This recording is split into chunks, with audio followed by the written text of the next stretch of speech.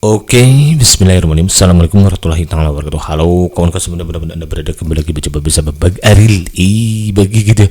Semoga kita selalu dalam keadaan baik dan kebaikan selalu menyertai kita semua. Amin ya Allah. Oke kawan-kawan, alhamdulillah kembali lagi berkesempatan untuk berbagi informasi terbaru seputar tenaga non ASN atau yang kita kenal dengan istilah honorer, bahwa informasi saat ini beredar kepada kita mengenai tenaga honorer yang berpotensi besar diangkat jadi ASN jika punya satu berkas ini katanya untuk syarat pengangkatan P3K 2024. Apakah syarat itu dan benarkah adanya informasi yang beredar ini? Mari kita simak videonya sampai akhir agar kita tidak misunderstanding dengan segala informasi yang beredar di alam jagat raya ini. Baik, untuk satu gelas susu ketik kopi gitu kan ya.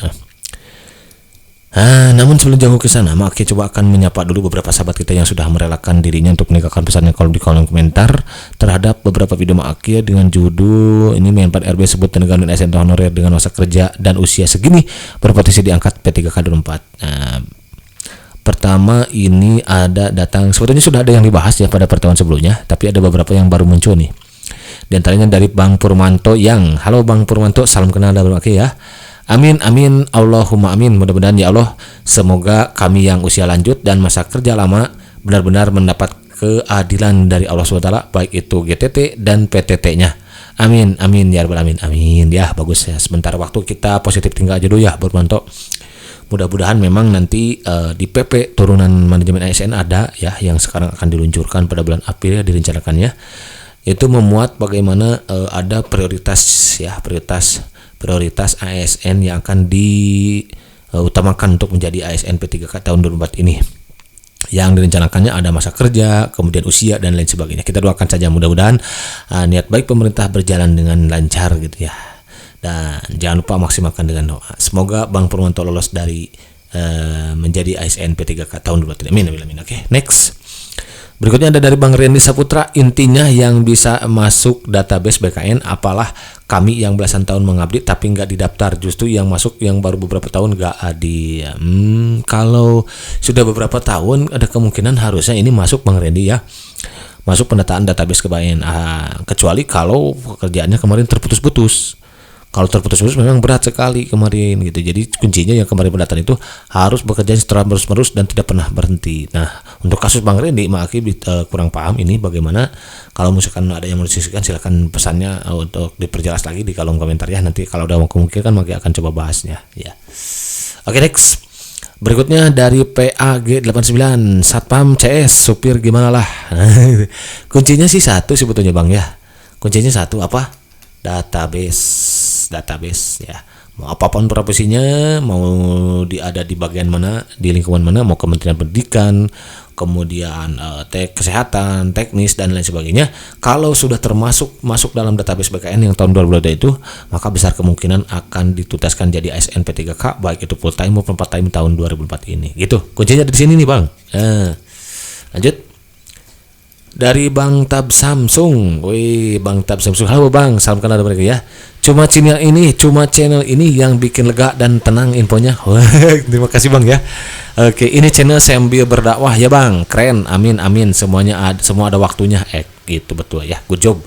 Alhamdulillah saya kebetulan P1 2021 yang masih menunggu formasi, mudah-mudahan tahun ini ikut dapat formasi dan dapat SK, amin ya. Kemarin juga ada sih yang sudah yang penempatan lolosnya tahun kemarin gitu ya, berapa ya yang lolos itu berarti, dan penempatannya baru minggu-minggu ini kalau nggak salah itu ya, berkah Ramadan lah gitu Bang ya. Mudah-mudahan Abang juga ya secepatnya bisa lolos jadi ASN P3K tahun 2024 ini. Terima kasih sudah mau mampir dan makin doakan semoga Abang juga bisa lolos secepatnya untuk jadi ASN P3K 2024. Intinya hal jajal lisan ila lisan ya Bang. Pokoknya selama kita berbuat kebaikan maka balasannya insya Allah akan kebaikan ya. Tapi berbuat kebaikannya harus tulus, ikhlas dan lain karena Allah gitu semata ya, bukan hanya karena ria dan lain sebagainya. Maka ketika kita memberikan layanan terbaik ketika menjadi seorang honorer, insya Allah nanti akan ada balasan ya. Maka doakan semoga Bang Sabah ini Tab Samsung ini lolos jadi ASN P3K tahun 2024. Amin ya Allah, amin. Jangan lupa malam ini malam ke-25 untuk memaksimalkan kita itikaf ya, setelah selesai ini gitu ya, menonton video Maki lah setelah jam 12 ke sana lah kita itikaf sampai menjelang sahur gitu ya Bang. Mudah-mudahan aja ya Maki juga bisa bangkit malam ini gitu ya. Doakan semuanya agar kita bisa meraih malam Lailatul Qadar dan doa-doa kita bertepatan dengan malam Lailatul Qadar itu. Amin ya Allah, amin. Nah, informasi yang Maki akan sampaikan dalam kesempatan ini sebetulnya Maki lansir dari www.ayobandung.com. Jadi untuk kawan-kawan yang masih penasaran untuk memantapkan lagi terkait berita yang beredarnya, silahkan kawan-kawan meluncur atau klik link yang ada di kolom deskripsi Maki, nanti akan sertakan ya. Informasinya adalah mengenai tenaga honorer yang berpotensi besar diangkat jadi ASN P3K jika punya satu berkas ini untuk syarat pengangkatan P3K. Apa sih yang satu berkas ini itu ya? Dan benarkah informasinya? Mari kita simak videonya ya. Ini dipostingkan oleh Mbak Erpira Oktaviola Kurniawan pada hari Senin kemarin nih. Hari Senin berarti tanggal 1, sekarang sudah tanggal 4 ya, 3 hari yang lalu, ternyata udah lama nih. Kita cek nih. Nah, Oke, pemerintah tengah merencanakan pengangkatan honorer menjadi ASN P3K tahun 2024 ya, betul ya, karena ini adalah amanat undang-undang nih. Nah, ini sesuai amanat undang-undang ASN nomor 20 tahun 2023 ini, karena ini sudah sesuai dengan undang-undang ASN nomor 20 tahun 2003 ya. Jadi jumlah tenaga honorer ASN yang jumlahnya mencapai 2,3 juta dan sekarang sisanya sudah tinggal 1,7 juta lagi karena sebagian sudah selesaikan tahun 2003 ya. Nah, ini yang akan diselesaikan jadi ASN P3K per Desember 2004 rencana pemerintah itu. Dikutip dari laman BKN pada semi.go.id, katanya pada Senin 1 April, tenaga honorer bisa diangkat menjadi P3K jika memenuhi persyaratan yang telah ditentukan. Apa saja? Mari kita simak. Tenaga honorer bisa dipastikan harus lolos tahap verifikasi dan validasi data di BKN. Nah, ini hal tersebut sesuai dengan pasal 66 dalam Undang-Undang ASN, di mana penataan tenaga honorer dilakukan dengan verifikasi, validasi, dan pengangkatan oleh lembaga yang berwenang. Nah, ini dia. Kalau ini Maki sih sebetulnya nanti kan akan diluncurkan dulu nih PP manajemennya ya. Nah, mungkin untuk lebih pastinya PP turunan kita tunggu aja dulu sampai PP ini muncul ya kawan-kawan. Untuk mekanisme validasinya, apakah dia memang nanti akan ada pendataan lagi atau memang ini nanti divalidasi di verifikasinya pada saat kita pendaftaran CASN-nya gitu ya. Karena semua kan yang 1,7 juta honorer ini wajib ikut CAT kan. Nah, CAT yang sifatnya formalitas seperti yang disampaikan Pak Menpan RB, itu formalitas karena ini untuk mengecek memastikan apakah kawan-kawan memang benar-benar ada atau tidak gitu di instansi yang atau sudah berhenti atau sudah pindah ke luar negeri atau bagaimana gitu. Nah, ini untuk verifikasinya apakah melalui seleksinya nanti atau bagaimana nanti makin belum paham nih kalau ini ya, kita tunggu aja lah informasinya. Tidak hanya itu, tenaga honorer juga wajib dilengkapi dengan satu berkas untuk syarat pengangkatan menjadi P3K. Ada lagi ternyata katanya ya, apa berkas yang memiliki tenaga honorer ya yang perlu dimiliki sebagai syaratnya adalah yaitu surat pernyataan tanggung jawab mutlak SPTJM nih. SPTJM menjadi hal penting dalam pengangkatan menjadi P3K karena tujuan untuk membuktikan validitas dan tenaga honorer. Nah, ini dia mungkin nanti ini apakah nanti ya tadi ini ada di tahap seleksi nanti CASN ya, ketika kita daftar melaksanakan CASN udah ada seleksi administrasi, apakah itu atau bagaimana gitu kan ya. Nah, jadi makin belum bisa memastikan ini kapan atau melalui sekarang atau bagaimana. Nah, ada kemungkinan sih nanti kalaupun mau seperti ini untuk ini ada di seleksi administrasi nanti paling ya. Lanjut. Berdasarkan pendataan terdapat 2,3 juta betul kan ya, yang dan juta tenaga honorer dengan surat SPTJM nih, tenaga honorer dengan SPTJM serta lolos verifikasi dan validasi berpotensi besar diangkat menjadi benda. Oke, ada 2,3 juta benar kan? Sebagian sudah selesai kan, tinggal 1,7 juta lagi kadang sekarang ini. Ini terdiri dari nakes ya, dari lingkungan kesehatan, kemudian Kementerian Pendidikan dan lain sebagainya termasuk teknis ya. Kabar JPKN bersama BPKP juga telah melakukan piloting verifikasi dan validasi terhadap tenaga honorer nih katanya kabarnya. Tujuan pilot tersebut yaitu untuk mendapatkan data tenaga honorer yang valid dan akuntabel. Oke, bagus lah. Validitas data tenaga honorer tentu dapat digunakan untuk memberikan tawaran kebijakan terkait. Oke, sebagai informasi terdata sebanyak 744.000 tenaga honorer yang telah lolos seleksi dan resmi telah diangkat jadi P3K. Oh, mungkin kemarin ya, yang tahun 2023. Itulah informasi terkait tenaga honorer. Oke, untuk syarat pengangkatan. Jadi katanya harus memiliki SPTJM kawan-kawan. Namun yang ini pertanyakan adalah kapan si SPTJM ini harus dilampirkan gitu, harus ditunjukkan kepada para pemangku kepentingan gitu ya. Apakah nanti ada kemungkinan pada saat tes seleksi misalkan atau kapan, nanti kita tunggu aja tanggalnya ya dari informasi ini. Kemungkinan sih ada pada nanti PP manajemen termasuk prioritas itu ya, karena itu dasar nanti akan penyelesaian tenaga non SN yang ada 1,7 juta ini gitu kawan-kawan. Lalu untuk memantapkan lagi, maka coba meluncur ke www.klikpendidikan.id. Nanti untuk kawan-kawan yang belum subrek silakan subrek juga ya. Atau kolomnya nanti linknya maka akan sertakan di kolom deskripsi ya. Ini beritanya dari BKN katanya ya, BKN sebut 5 syarat utama agar honorer lulus pendataan untuk pengangkatan P3K 2004. Nah ini oleh Bang Ahmad Irsan Senin juga nih. Syarat agar nih katanya, coba kita cek. BKN sebutkan 5 syarat utama agar honorer lulus pendataan untuk pengangkatan P3K. Mengenai syarat utama, melalui, nah ini dia tuh katanya ada proses verifikasi dan validasi oleh BKN dan pengawasan keuangan dan pembangunan BPKP ya. Sekali utama BKN Bu Imas Sukmariah sejalan dengan 5 syarat utama agar honorer lulus penataan untuk pengangkatan P3K 2004 telah membentuk 11 tim koordinator guna memberikan masukan terhadap RPP manajemen ASN. Kan ini dia RPP manajemen PP itu ya, rencananya yang direncanakan ini PP manajemen ASN itu yang direncanakan akan muncul pada bulan April ini, akan diluncurkan 2024 ini ya nih. Dan sekarang ini saat ini wadok gitu, sekarang sudah tanggal 4 ya, sebentar lagi mungkin setelah lebaran gitu lah. Nah itu sana yang akan bagaimana mengatur mekanisme penyelesaian tengganan, apakah siapa saja yang menjadi prioritas, siapa saja yang nanti bagaimana juga ya, apakah masa usia kerja gitu, apakah usia gitu, bagaimana gitu, nanti kita akan cek di PP manajemen ASN ini. Lanjut. Nah ini dia Bu sekretaris utamanya ya, Bu Imas Sukmariah itu ya, kalau kawan-kawan yang belum kenalan dulu nih gitu ya.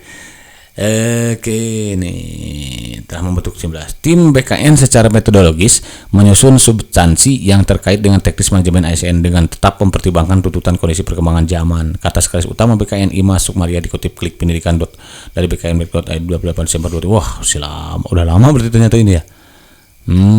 Jadi 2 Desember nggak ada masalahnya, kita cek dulu ya.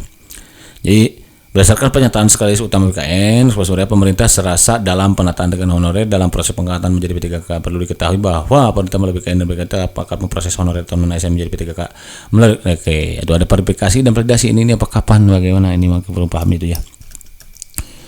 Jadi jangan kaget katanya yang jika terdapat honorer yang tidak lulus verifikasi dan validasi katanya. Sebelumnya Menpan RB pastikan semua peserta CSN 2004 lulus diangkat menjadi P3K 2004 termasuk verifikasi dan validasi katanya. Informasi update dari BKN surat pernyataan tanggung jawab ada 2,3 juta kan tuh.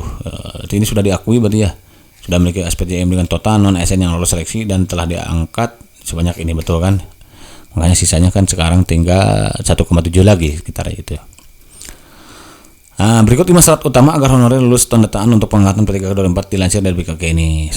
Berstatus tenaga honorer kategori 2 yang terdaftar dalam database. Tuh, kuncinya di sini kan. Nah, ini beritanya kan syarat ini udah dibahas Desember yang lalu atau ini baru meluncur, ini masih juga kurang paham. Nah, ini ada kemungkinan tapi ini sudah dibahas per Desember 2000 kemarin ya, sebelum data 2,3 juta ini dipublikasikan oleh pemerintah gitu kepada halayak ramai, bahwa inilah lah yang termasuk kategori honorer itu gitu. Siapa tahu yang ini itu karena sudah berstatus tenaga honorer gitu ya. Kemudian yang kedua, pembayaran gaji menggunakan APBN dari pusat ya atau dari APBD daerah, bukan melalui mekanisme pengadaan barang jasa individu maupun pihak ketiga katanya. Jadi mereka itu yang bicara peluang ya. Kakaknya waktu itu pendataan kan dia melampirkan ada bukti pembayaran ya kalau nggak salah, bukti penerimaan gaji kalau nggak salah, ada seperti itu kalau tidak salah gitu. Berarti ini ada kemungkinan informasinya Desember lalu gitu. Diangkat paling rendah oleh pimpinan unit kerja dan telah bekerja paling singkat selama 1 tahun pada 31 Desember 2021 tuh. Jadi berarti kerjanya dari 1 Januari berarti ya, sekitar 1 Januari atau Desember juga sih, Desember 2020 berarti ya, tidak minimal 1 tahun ya, karena memang waktu itu sempat diturunkan kan ya grade kriterianya kalau nggak salah ini, sampai ya udahlah yang penting paling singkat 1 tahun gitu pada tanggal 31 Desember ya, maka di datanya ada 2,3 juta gitu. Kemudian berusia paling rendah 20 tahun dan paling tinggi 56 tahun pada Desember 2021 tuh. Jadi menjelang pensiun boleh juga nih, makanya ada kemungkinan diprioritaskan nanti itu. Masih aktif bekerja, nah ini dia masalahnya, masih aktif bekerja nih, apakah, nah ini makanya yang sekarang kawan-kawan diharuskan semua Menpan RB ya, kemudian mengharuskan termasuk kepala BKN, PRT BKN, memastikan semua tenaga honorer yang jumlahnya mencapai 1,7 juta ini harus ikut CAT dulu, tes dulu seleksi ini. CAT itu adalah tes ya kawan-kawan, tesnya. Dan dipastikan CAT ini kata Pak, karena ada desakan waktu itu dari DPR, katanya tolonglah Pak Menpan untuk mereka yang masa usia kerjanya lebih dari 5 tahun dan juga usianya yang sudah hampir pensiun, tolonglah jangan saya tes gitu, langsung luluskan aja lah tanpa seleksi gitu. Lalu dijawab pemain PRB, jangan, nggak bisa, berat gitu katanya. Kalau karena harus melalui aturan dulu gitu, regulasinya seperti apa, harus diikuti dulu, berarti harus ikut tes. Tapi katanya perlu diketahui bahwa tes yang ada di sini adalah formalitas, karena semua ada kemungkinan lolos mengantongi NIP. Jadi nanti kawan-kawan akan mengantongi NIP gitu kawan-kawan ya, untuk bisa menjadi P3K full time yang pertama dan part time. Nah ini masanya. Namun kawan-kawan jangan berkecil hati, walaupun kawan-kawan diarahkan menjadi part time dulu. Nah, nanti ketika si Pemdanya itu memang benar-benar butuhkan pekerja, kan ada yang pensiun misalkan karena apalagi, maka dengan sendirinya kawan-kawan akan auto langsung P3K full time gitu, karena sudah mengantongi NIP di sini. Sepemahaman sih begitu. Nah, barangkali itu saja dulu yang bisa disampaikan dalam kali ini oleh Mang Hakim. Kawan-kawan jangan lupa ya, agar apa yang direncanakan pemerintah ini berjalan dengan baik, lancar ya. Bagaimanapun tetap manusia hanya bisa berencana, Tuhan Allah Sunda yang menentukan. Jadi kita maksimalkan dengan usaha. Usahanya sudah kan banyak nonton di sini, banyak belajar. Nanti juga mungkin ke depan akan coba bahas untuk soal-soal P3K-nya gitu ya, dan lain sebagainya. Dan juga jangan lupa ini yang penting, maksimalkan dengan doa gitu ya. Nah, karena yang tidak bisa merubah takdir kecuali doa, terlebih lagi di bulan puasa Ramadan kayak gini ya, sejak sahur sampai menjelang berbuka ya, doa kita adalah mustajab kawan-kawan. Nah, ini dia. Dan sekarang sudah masuki 10 malam terakhir, 10 malam tadi bulan Ramadan, 6 malam ini dan malam ganjil kawan-kawan, malam ke-25 ya. Dimana kalau kita nggak sanggup di 10 malam terakhir, maka carilah di yang ganjil gitu, 21 gitu kan, 23, 25, 27 sampai 29. Nah ini dia. Sekarang masalah malam ke-25, hari kita bangkit kawan-kawan setelah nonton video ini mah ya sudah dapat ini pencerahan gitu ya. Kawan-kawan agar segera lekas bergegas pergi ke masjid kawan-kawan ya.